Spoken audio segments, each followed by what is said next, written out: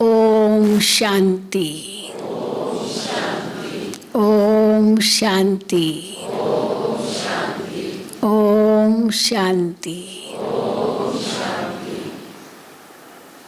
दादी जानकी ने हमें 3 बार ओम शांति कहना सिखाया है। मैं कौन, मेरा कौन और मुझे क्या करना है।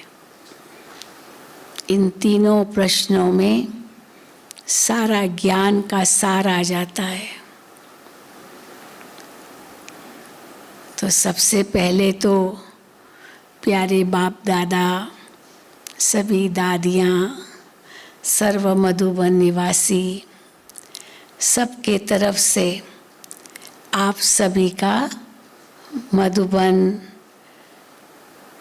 तपोभूमि, परिवर्तन भूमि, बाप दादा की कर्म भूमि पर बहुत बहुत स्वागत है, स्वागत है, स्वागत है। हाँ, जोर से ताली बजा सकते हैं अपनी।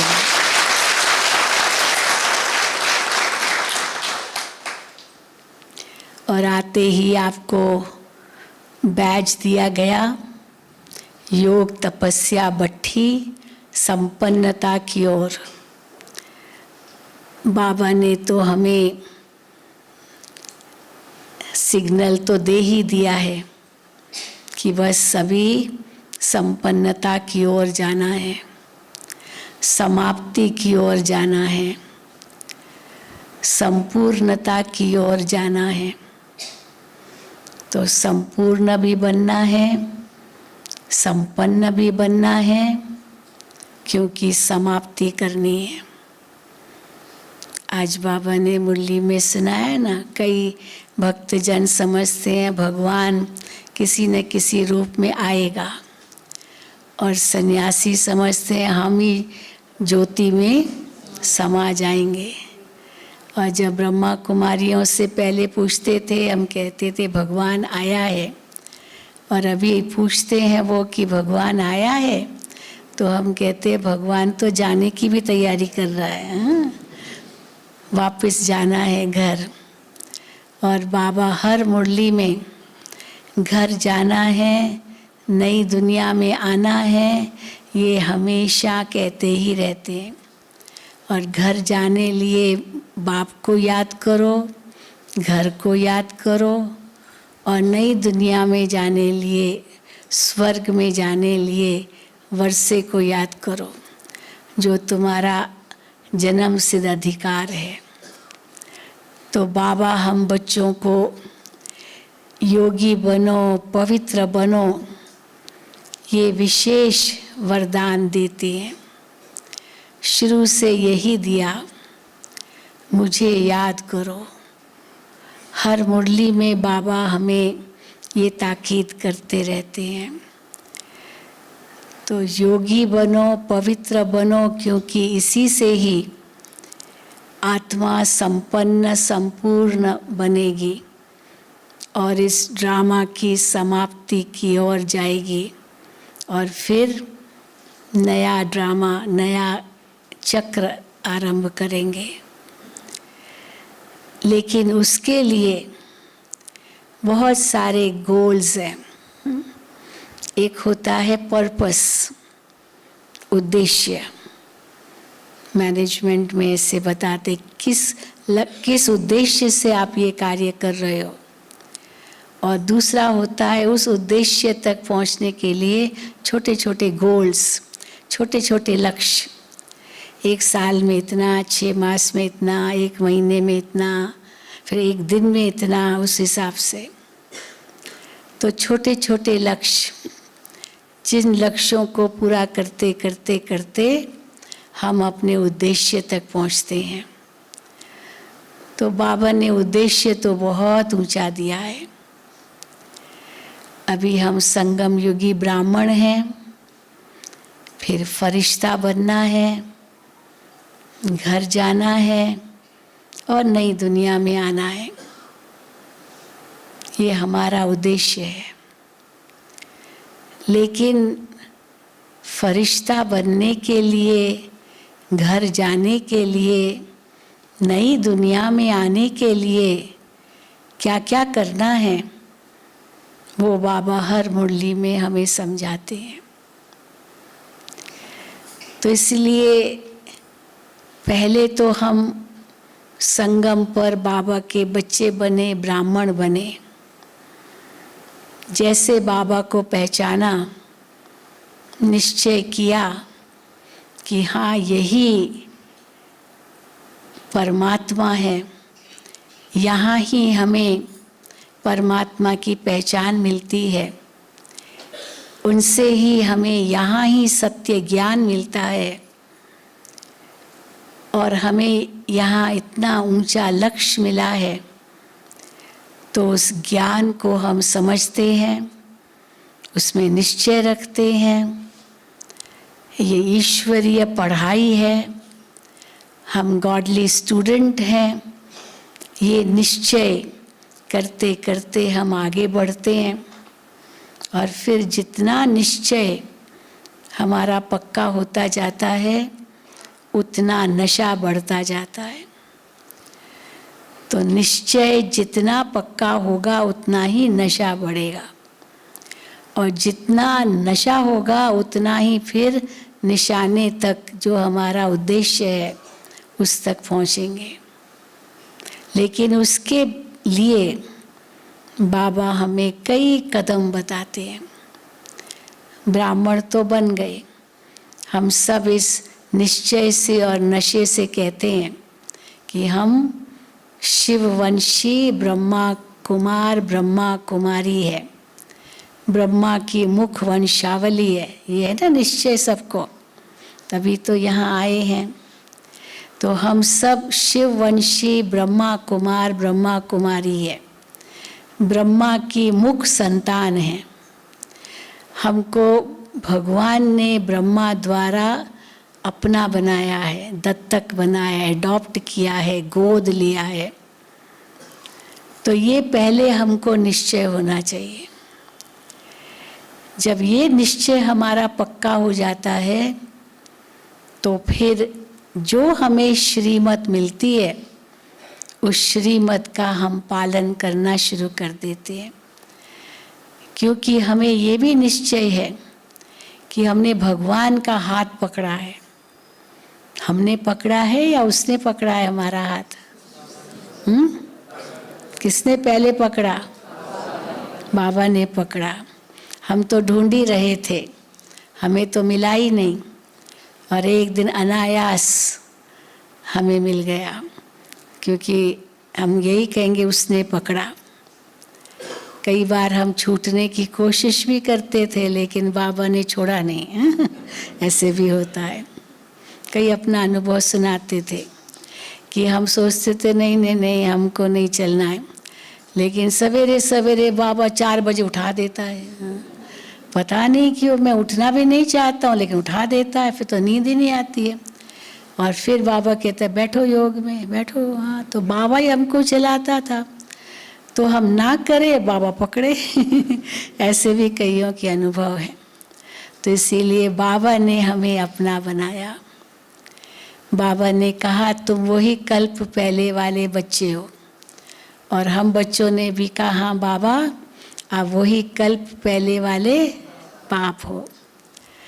तो जब ये निश्चय बैठा और उसका नशा चढ़ने लगा, क्योंकि बाबा हमेशा कहते बाप माना वर्षा, लौकिक में भी बाप माना वर्षा।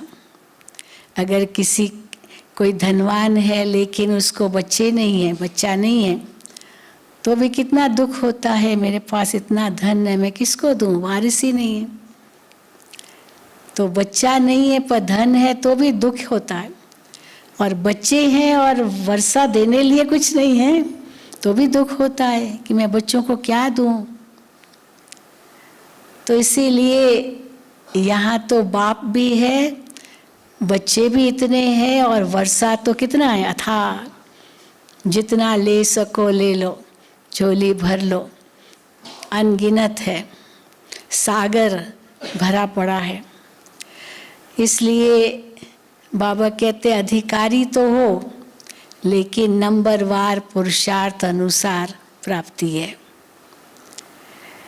वहाँ तो लड़ झगड़ के भी ले लेंगे, कोर्ट में केस करके भी ले लेंगे, यहाँ ऐसे करेंगे क्या? या तो नंबरवार पुरुषार्थ अनुसार, जैसा जैसा जिसका पुरुषार्थ उसी अनुसार प्राप्ति। तो प्राप्ति तो अथाह है, परंतु उस अनुसार हमारा पुरुषार्थ कितना है वो हमें देखना है। बाबा ने आते ही हमें सद्बुद्धि दी। कहेंगे बुद्धि की एक सुंदर सौगात दी। बुद्धि तो थी लेकिन सद्बुद्धि नहीं थी। सद्बुद्धि कैसे बनती है? जब ज्ञान बुद्धि में बैठता है। तो भक्ति में भी ऐसे ही कहते हैं ना, बच्चा अगर आज्ञाकारी नहीं है, लायक नहीं है, तो भगवान को क्या कहते हैं? भगवान इनको सद्बुद्धि दो, है ना। सद्बुद्धि किससे मांगते हैं? भगवान से मांगते हैं। तो बाबा ने तो आकर के सबसे पहले सद्बुद्धि दी। कैसे सद्बुद्धि मिली? ज्ञान दिया, अपनी पहचान दी, हमारी पहचान दी, कर्मों का ज्ञान दिया, चक्र का ज्ञान दिया, घर का ज्ञान दिया। पहले ज्ञान दिया और उस ज्ञान में इतना प्रेम समाया हुआ था जो हमने सहज उस ज्ञान को स्वीकार कर लिया। और जब ज्ञान और प्रेम, स्नेह दोनों प्राप्त हुआ तो और आत्मा में ऑटोमेटिकली शक्ति आने लगी। और उसको ही बाबा कहते हैं, मैं तुम बच्चों पर खजाना लुटाता हूँ। कौन से खजाने संगम युग पर बाबा हमें देते हैं? ज्ञान का खजाना, गुणों का खजाना, शक्तियों का खजाना। ये हमारा खजाना है और यही सच्चा खजाना है, यही काम आने वाला खजाना है, यही सर्व प्राप्तियां हैं। और अगर ये तीनों खजाने हमारे पास भरपूर है तो जो स्थूल खजाने हैं वो अपने आप आएंगे। वो तो परछाई की तरह है, कहाँ जाएंगे? जहाँ रोशनी है वहाँ तो परछाई पीछे से है ही है। लेकिन शर्त ये है कि हम रोशनी की तरफ जाएं, तब परछाई हमारे पीछे आएगी। परंतु हम अगर परछाई की तरफ जाएंगे तो रोशनी हमसे दूर होती जाएगी और परछाई भी लंबी लंबी होती जाएगी। इसीलिए कहा जाता है, दुविधा में दोनों गए, माया मिली न राम। उस प्रभु को भी हम पीछे छोड़ देते हैं और माया के पीछे, मनुष्य तो धन को ही माया कहते हैं, वो परछाई को पकड़ने की कोशिश करते हैं, लेकिन न परछाई हाथ आती है न प्रभु मिलता है, दोनों से परे हो जाते हैं। क्योंकि इच्छाओं का तो कोई अंत है ही नहीं। इच्छाओं का कोई अंत नहीं है, जैसे परछाई का कोई अंत नहीं है। इसलिए शर्त ये है कि अगर हम प्रकाश की ओर जाते हैं तो परछाई पीछे पीछे हमारे आती जाएगी, और जितनी परछाई हमारे पीछे पीछे आएगी, हम रोशनी की ओर जाएंगे, उतना उतना धीरे धीरे परछाई छोटी होती जाएगी, छोटी होती जाएगी परछाई। और जैसे रोशनी तक पहुँचे परछाई लुप्त, खत्म, वो उसमें समा जाएगी। तो जब प्रकाश मिला, प्रकाश के साथ है तो अंधेरा है ही नहीं। तो इच्छा मात्रम अविद्या बन जाते हैं, क्योंकि बाबा हमको इतने खजाने देते हैं जिसमें जितना खेलते रहो और बातों में बुद्धि जाएगी नहीं। फिर बाबा कहते हैं ये आपको बांटना भी है, केवल अपने तक नहीं रखना है। तो ज्ञान का खजाना कैसे बांटेंगे? वाणी द्वारा, मुख से। गुणों का खजाना कैसे बांटेंगे? कर्म द्वारा। और शक्तियों का खजाना कैसे बांटेंगे? मन द्वारा, संकल्प द्वारा। तो ज्ञान, गुण और शक्तियां, ये तीनों ही हम मनसा वाचा कर्मणा बांट सकते हैं एक साथ, जो आज बाबा ने वरदान में कहा। तब बाबा कहते लास्ट सो फास्ट जा सकते हैं।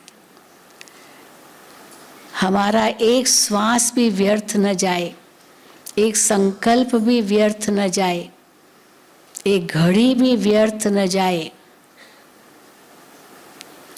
तो जब श्वास, संकल्प, शक्ति, समय एक भी व्यर्थ नहीं जाएगा, इतना समर्थ होगा, तभी हम संपन्नता, संपूर्णता तक पहुंच सकते हैं। तो क्या करना होगा? तीनों एक साथ करना है, जो आज का वरदान था। तो मनसा में तो हम बाबा कहते योगदान दो। मनसा में योगदान, मनसा से योगदान कैसे देंगे? जब हमारी मनसा इतनी ऊंची होगी, जिस मनसा में केवल शुद्ध संकल्प होंगे। क्योंकि जहाँ शुद्ध संकल्प है, वो संकल्प ही शुभ संकल्प भी बन जाते हैं, जिसको बाबा कहते हैं शुभ भावना, शुभ कामना। क्योंकि वो शुद्ध संकल्प है। तो जहाँ शुद्धि है वहाँ शुभ है। कहते हैं ना, शुभ कहाँ होता है? जहाँ शुद्ध है। तो जहाँ शुद्ध संकल्प है वहाँ शुभ स्थिति है, और जहाँ शुभ है वहाँ लाभ ही लाभ है, शुभ लाभ। हाँ, कहते हैं ना, प्राप्ति ही प्राप्ति है। अर्थात प्राप्ति कैसे है? क्योंकि समर्थ ही है। तो शुद्धि से शुभ आता है, और शुभ से समर्थी आती है, और समर्थी से सर्व प्राप्ति आती है, जिसको बाबा कहते हैं विजय तुम्हारा जन्म सिद्ध अधिकार है। सफलता तुम्हारा जन्म सिद्ध अधिकार है। सफल करो और सफलता को पाओ। तो क्या सफल करते जाओ।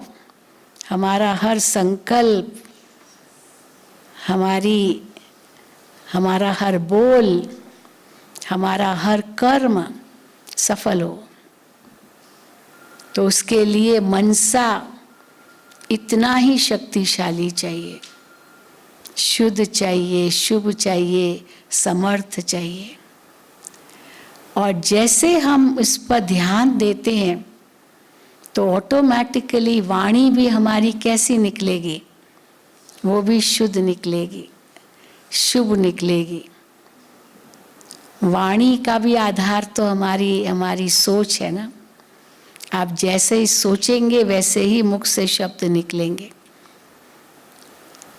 ये हो नहीं सकता है कि मुख से कुछ और निकले और सोचे कुछ और। कई है होशियार बहुत, सोचेंगे कि ये तो मर जाए अच्छा, हाँ, और पर बोलेंगे नहीं नहीं नहीं आप आए, बहुत अच्छा किया, आप तो कितने अच्छे, मतलब उनकी महिमा करें। चलो उस समय लगता है मुख से तो महिमा कर ली, अंदर में तो हम बुरा सोचते हैं। लेकिन धीरे धीरे ज़्यादा बुरा सोचेंगे तो वो वाणी वैसी नहीं रहेगी, हाँ, पॉजिटिव, वो नेगेटिव तो निकल ही आएगा। क्योंकि वाइब्रेशन तो पहुँचेंगे ना, तो पता चलेगा कि ये भले बोल रहा है लेकिन अंदर साफ नहीं है। तो हमारी सोच जैसी होगी वैसे ही वाणी निकलेगी, और वैसे ही वास्तव में कर्म होंगे। अगर वैसे ही कर्म नहीं है तो फिर उस व्यक्ति पर भरोसा ही नहीं किया जा सकता है। कोई कहे मैं ये करूँगा, परंतु करता है नहीं, तो क्या विश्वास रखेंगे उस पर? ये तो खाली कहता है। तो विश्वास तो उस पर रखा जाएगा जो कहता है वो करता भी है। और अगर कोई कहता है पर करता नहीं है तो वो तो धोखेबाज हो गया। तो इसीलिए जो मुख से निकलता है वो भी शुभ तब निकलेगा जब मनसा इतनी शुद्ध और शुभ होगी। तो उस मुख से ज्ञान ही निकलेगा। वाणी हमारी इतनी ऊंची होगी जो वरदान बन जाएगा। शास्त्रों में बताते ना, जो ऋषि मुनि थे अगर उनको गुस्सा आया तो श्राप भी दे देते थे, क्योंकि शक्ति तो भरी हुई थी लेकिन वो नेगेटिव शक्ति भी थी। तो जो मुख से निकलता था या तो वरदान या तो श्राप, क्योंकि उस श्राप में भी तो शक्ति तो होती है। तो इसीलिए हमारा एक एक शब्द वरदान बन जाए, उस जिसके प्रति वो शब्द उच्चारण करते हैं उसका जीवन बन जाए। पर उसके लिए मनसा इतनी साफ शुद्ध होनी चाहिए। तो मनसा से योगदान अर्थात शुद्ध संकल्प, वाचा से ज्ञान दान अर्थात हमारे बोल वरदान बन जाए। मैं जैसे बता रही थी बहन जी, ये बाबा का हमको वरदान मिला था। हम नागार्जुना फर्टिलाइजर्स में प्रोग्राम करने गए थे, तब वहाँ सेंटर नहीं था हैदराबाद में। तो उनके जो मैनेजिंग डायरेक्टर थे उन्होंने बुलाया था माउंट आबू से, उनके एग्जीक्यूटिव्स के का मेडिटेशन कोर्स कराने। तो हम गए थे, बहुत अच्छा लगा। फिर वापस आए तो उसके बाद वहाँ सेंटर खुला और ये जो भी वहाँ उनकी कंपनी में थे वो ज्ञान सुनने लगे, उनको बहुत अच्छा लगा और आगे बढ़े। फिर वो मधुबन में आए और अव्यक्त बाप दादा से मिले।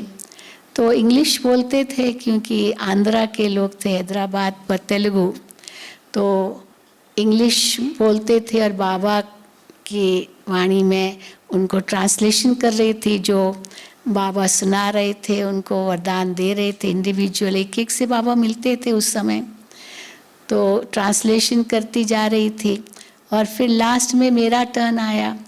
तो मुझे लगा कि बाबा तो हमको बस टोली दे देंगे, दृष्टि टोली, और चलो एक कुछ वरदान दे देंगे। तो मैं भी ऐसे बाबा के सामने गई और बाबा ने हाथ में टोली पकड़ाई और बहुत प्यार से दृष्टि दी।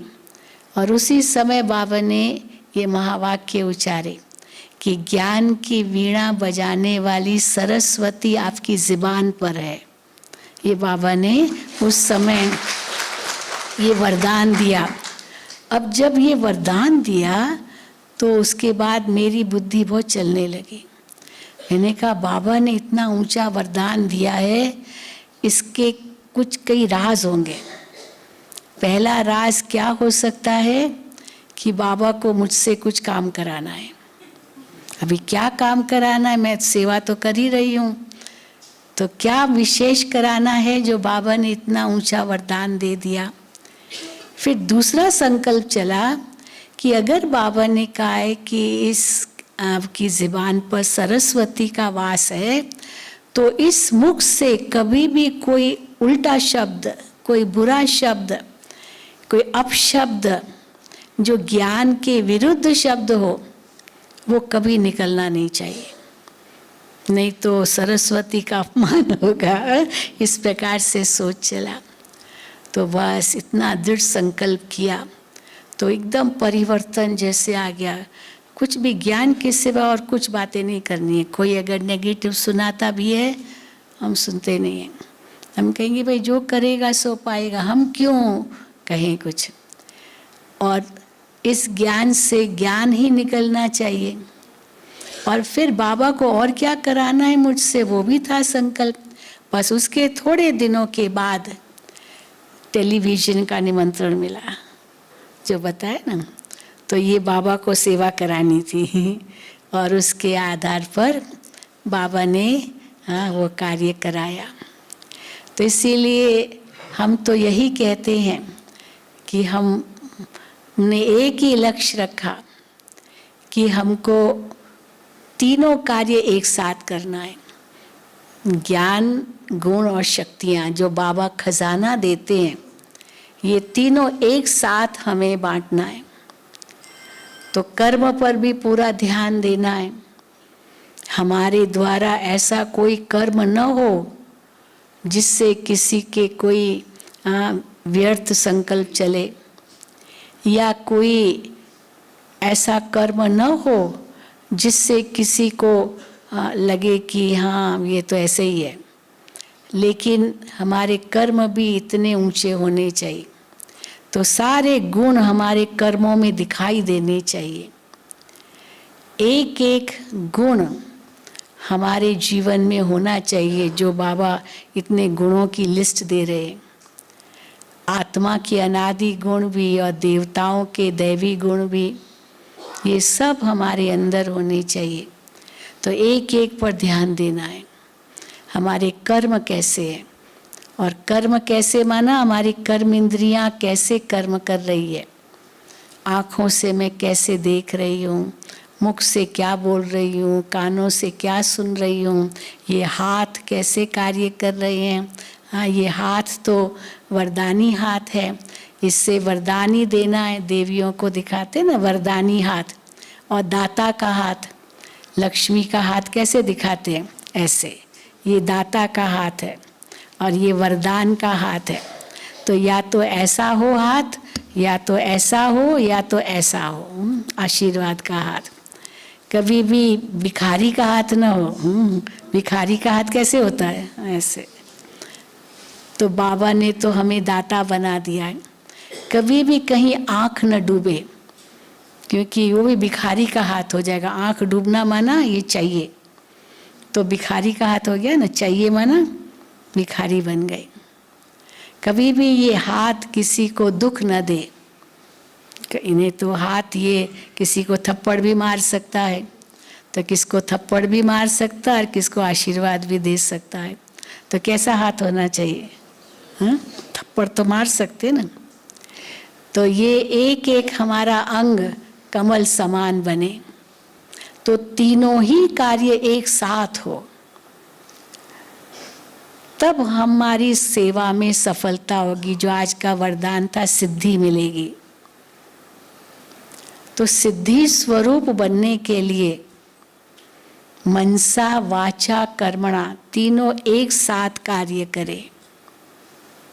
अगर मनसा कुछ और है, वाचा कुछ और है, कर्मणा कुछ और है, तो अंदर ही अंदर स्ट्रगल होगा, अंदर ही अंदर बेचैनी होगी, क्योंकि अंतरात्मा की विरुद्ध है ये। मन वचन कर्म हमारा श्रेष्ठ हो, उसके लिए मन बुद्धि संस्कार भी पैरेलल चले। मन बुद्धि संस्कार भी पैरेलल चले, माना साथ साथ चले। ऐसे नहीं मन में कुछ और संकल्प आ रहे हैं और बुद्धि तो कुछ और निर्णय दे रही है, क्योंकि बुद्धि तो सद्बुद्धि बन गई है, पर मन तो अभी तक चंचल है, वो बुद्धि का कहना न माने। और कर्म तो बिल्कुल ही उल्टे, तो कर्म इंद्रियां मालिक बन जाए, कर्म इंद्रियां मन को चलाए और मन बुद्धि को दमन करे, दबाए। फिर कहते ना मन खाता है। मन क्यों खाता है, माना वास्तव में मन खाने की बात नहीं है, पर बुद्धि को दबाया जाता है। वो सद्बुद्धि को कार्य करने नहीं देता है मन, और मन इंद्रियों के वश हो जाता है। ऐसे होता है ना। हाँ, मिसाल देती हूँ, हम मिसाल देते हैं ना कि भाई किसको डायबिटीज़ है, अब वहाँ गुलाब जामुन, रसगुल्ला हाँ, इतने सारे मीठे व्यंजन रखे हुए हैं, मुख में तो पानी आ रहा है, और डॉक्टर ने कहा तुमको मीठा नहीं खाना है। लेकिन हाँ, बुद्धि कहती है मीठा नहीं खाना है, लेकिन ये ज़ुबान में तो पानी आ रहा है हाँ, तो वो इंद्री, ये जीभ की इंद्री कहेगी अरे खा लो ना, कुछ नहीं होता है, थोड़ा खाने से क्या होता है, तो दवाई और ले लेना। हाँ? तो इंद्रियां मन को चंचल बनाएगी, मन को विचलित करेगी, और फिर बुद्धि मन को समझाएगी बिल्कुल नहीं, बिल्कुल नहीं, तो बुद्धि को दबा देगा, तुमको क्या मालूम, कुछ नहीं होता है। कुछ नहीं होता है। फिर संस्कार भी तो वे तो है ही है, अभी तो ज़ुबान कहाँ कंट्रोल में है, तो इसीलिए उल्टी गाड़ी चलती है। होना क्या चाहिए, कहते हैं ना, सोच समझ कर कर्म करो, ये सीधी गाड़ी है। पहले तो मन में संकल्प उठेंगे कि सोच चलेगा, फिर बुद्धि निर्णय देती है, ये सही है गलत है, क्या करना है क्या नहीं करना है, जिसको बाबा कहते त्रिकालदर्शी होकर के कुछ भी सोचो बोलो और करो। त्रिकालदर्शी तो बुद्धि तो सद्बुद्धि मिली, ज्ञान तो है मेरे पास, तो बुद्धि सद्बुद्धि के रूप में मन को समझाती है। और फिर तीसरा है कर्म करो। हाँ, सोच समझ कर कर्म करो। तो सोचने का काम मन का, समझने का काम बुद्धि का। तो बुद्धि समझती है, दूरांदेशी है ना, तीनों कालों को पहचानती है कि किस कर्म से क्या फल मिलेगा, क्या नतीजा होगा, और फिर कर्म करो। वो कर्म तीसरी स्टेज है। लेकिन क्या होता है जब इंद्रियों के वश है, मन इंद्रियों का गुलाम है, तो सीधा उल्टी गाड़ी चलती है। एक्सटेम्पो कहते हैं ना, कर्म कर लिया, गुस्सा कर लिया, थप्पड़ मार दी, तो कर्म पहले हो जाता है बिना सोचे समझे कि इसका परिणाम क्या होगा। और कर्म करने के बाद समझ आती है ये गलत किया, कि बुद्धि तो भगवान ने दे दी है सद्बुद्धि। तो बुद्धि फिर कहती है ये गलत हुआ, फिर मन कहता है अब क्या करें, अब क्या करें। तो पहले कर्म हो गया, फिर बुद्धि ने काम किया, और फिर मन कहता अब क्या करें। तो इसीलिए हमेशा पहले सोचो, फिर समझो, फिर करो। वैसे भी कहते हैं ना, पहले तोलो फिर बोलो। बोलने से पहले क्या करो, तोलो। तो कैसे तोलना, माना क्या, तो निर्णय लेना, निर्णय शक्ति वो दिखाते ना, तराजू दिखाते, तो निर्णय शक्ति तराजू के रूप में है, इसलिए तराजू निर्णय करता है। और तराजू माना निष्पक्ष निर्णय। आप कचहरी में जाएंगे ना, कोर्ट में जाते हैं, वहाँ पर न्याय की देवी दिखाते हैं, उसकी आंखों पर पट्टी बंधी हुई है और उसके हाथ में तराजू है। तो न्याय की देवी है वो, आंखों पर पट्टी माना पक्षपात रहित, बिना पक्षपात के, अंदर में कोई स्वार्थ न हो, क्योंकि स्वार्थ होगा तो पक्षपात जरूर होगा। इनसे मुझे मिलता है कुछ, तो इसीलिए इनको जिताना है ना, ये पक्षपात हो गया। तो इसीलिए बुद्धि न्याय की देवी है। उसके लिए मन कांटा जो है वो एकाग्र हो शिव बाबा की तरफ, शिव बाबा की याद न भूले। और फिर डंडी संतुलित हो, संतुलित माना पक्षपात रहित, न्यायकारी।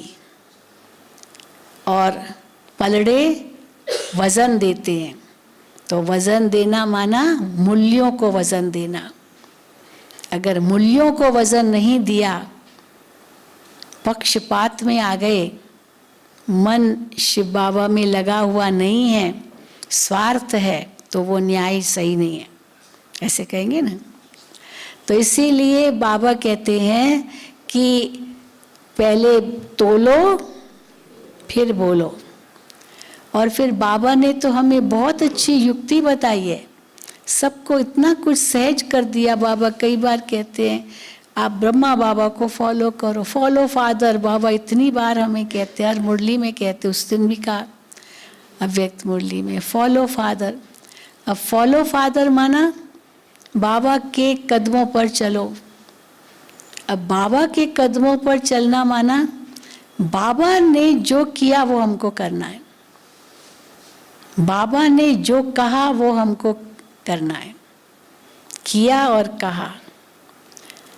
तो हर कदम पर पहले ये निर्णय करो, अगर बाबा इस समय यहाँ होता तो बाबा क्या करता, बाबा क्या कहता, बाबा क्या सोचता, वो मुझे भी ऐसे ही करना है, क्योंकि फॉलो फादर करना है। तो फिर तो बस आंख बंद करके भी चल सकते हैं, बस कदम पर कदम ही रखना, हमको सोचने की ज़रूरत ही नहीं है, क्योंकि बाबा ने किया वही करना है। बाबा ने कैसे परिस्थितियों का सामना किया हमें भी करना है। बाबा कई बार कहते हैं ना, अपनी हमजिन्स की सेवा करो। उस दिन भी कहा हमजिन्स की सेवा करो। तो बाबा के आगे कई बूढ़े आते थे, बुजुर्ग आते थे, बाबा भी तो बुजुर्ग थे। तो बाबा को कहते थे, बाबा हम कर नहीं सकते, ये नहीं कर सकते, बहुत कुछ कहते थे। तो बाबा कहते थे, ये बूढ़ा बाबा कर सकता है, तुम नहीं कर सकते हो। ये बूढ़ा बाबा 90 साल का ये कर सकता है, तुम नहीं कर सकते हो। तो फिर कभी भी ऐसे नहीं कहो मैं कैसे करूं, इनको देखो। कभी जवान आते थे, बाबा को कहते थे बाबा कैसे करे, बाबा कहते मम्मा को देखो ये जवान ये कर सकती थी, आप नहीं कर सकते हो। तो बाबा जब कहते हैं हम जिन्स की सेवा करो, अपने जैसे माताएं माताओं की सेवा करे, बुजुर्ग बुजुर्गों की सेवा करे, बच्चे बच्चों की सेवा करे। तो ये सेवा करना माना अपने जैसा बनाना। फिर बाबा कहते आप समान भी नहीं, ये नहीं अपने में फंसाना है, बाबा की ओर। अगर कोई महिमा करे तो उनको क्या कहो, ये किसने कला दी, बाबा ने दी, हमारे पास क्या थी ये कला, ज्ञान में आने से पहले थोड़ी मुझे ये सब मालूम था, ये तो बाबा ने दिया। तो कभी भी महिमा स्वीकार मत करो, कभी मत स्वीकार करो, क्योंकि महिमा है किसकी, शिव बाबा की। क्योंकि अगर महिमा स्वीकार की ना तो फिर ग्लानि भी स्वीकार करनी पड़ेगी, क्योंकि सर्वगुण संपन्न तो बने नहीं है ना, बन गए संपूर्ण तो बने नहीं है, अभी तक त्रुटियां तो है ना, क्यों नहीं है। इसीलिए महिमा भी स्वीकार नहीं करो। अगर कोई करे तो उनको कहो ये तो सब बाबा का दिया हुआ है, क्योंकि बाबा का दिया हुआ है कहा तो आप उस महिमा में फंसेंगे नहीं। तो फिर कोई ग्लानि भी करेगा ना तो भी आपको दुख नहीं होगा, आप कहेंगे ठीक है ये उनकी जैसी सोच है, पर बाबा ने तो हमें स्वमान कितना दिया है, तो हम उस बाबा के दिए हुए स्वमान के आधार पर चलेंगे। इसकी सोच अपनी है, ये जो सोचता है ठीक है, ये इनके लिए होगा इनकी दृष्टि में, परंतु बाबा मुझे किस नज़र से देखते हैं, तो वो नशा भी रहे, खुमारी भी रहे, लेकिन साथ साथ उसकी देन है। तो न महिमा में हम फूल जाएंगे और न ग्लानि में हम निराश हो जाएंगे, दोनों से न्यारे रहेंगे, क्योंकि बाबा को आगे रखते हैं। और ब्रह्मा बाबा को अगर आगे रखो तो फिर कुछ सोचने की ज़रूरत ही नहीं है। बाबा के सामने कितनी बातें आई, बाबा की कितनी ग्लानि की, कहाँ ब्रह्मा बाबा इतनी ऊंची उनकी बिजनेस थी, हीरे जवाहरातों के व्यापारी थे, राजाओं महाराजाओं के साथ उठना बैठना था, अंग्रेज भी उनके कई मित्र थे क्योंकि अंग्रेज़ों का ज़माना था, इतना उनका ठाठ था उस समय। और जैसे शिव बाबा की प्रवेशता हुई कितनी ग्लानि हुई। ये दादा को 108 रानियाँ चाहिए, 16,108 रानियाँ चाहिए, ये अपने आप को कृष्ण कहता है। फिर शिव बाबा ने कहा पवित्र बनो, योगी बनो, तो कहा ये दादा ये बूढ़ा आदमी, इसको तो अभी तो दुनिया देख ली, इसको क्या है। पर छोटी छोटी जवान बच्चियों को क्यों कह रहा है पवित्र बनो? इन्होंने दुनिया कहाँ देखी है? तो बाबा कहते हैं मैंने तो कहा ही नहीं है। उसने कहा है, और जब कहा मुझे भी कहा, क्योंकि मैं भी तो गृहस्थी हूँ ना, मेरे भी तो लौकिक बाल बच्चे हैं। तो जो उसने कहा वो मैंने किया।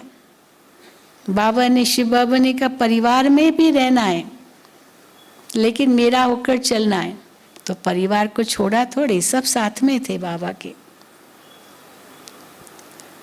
लेकिन आते गए बाबा को पनाह देनी पड़ी, उनको शरणागत होते गए वो। तो इसीलिए बाबा ने कितनी ग्लानि सहन की।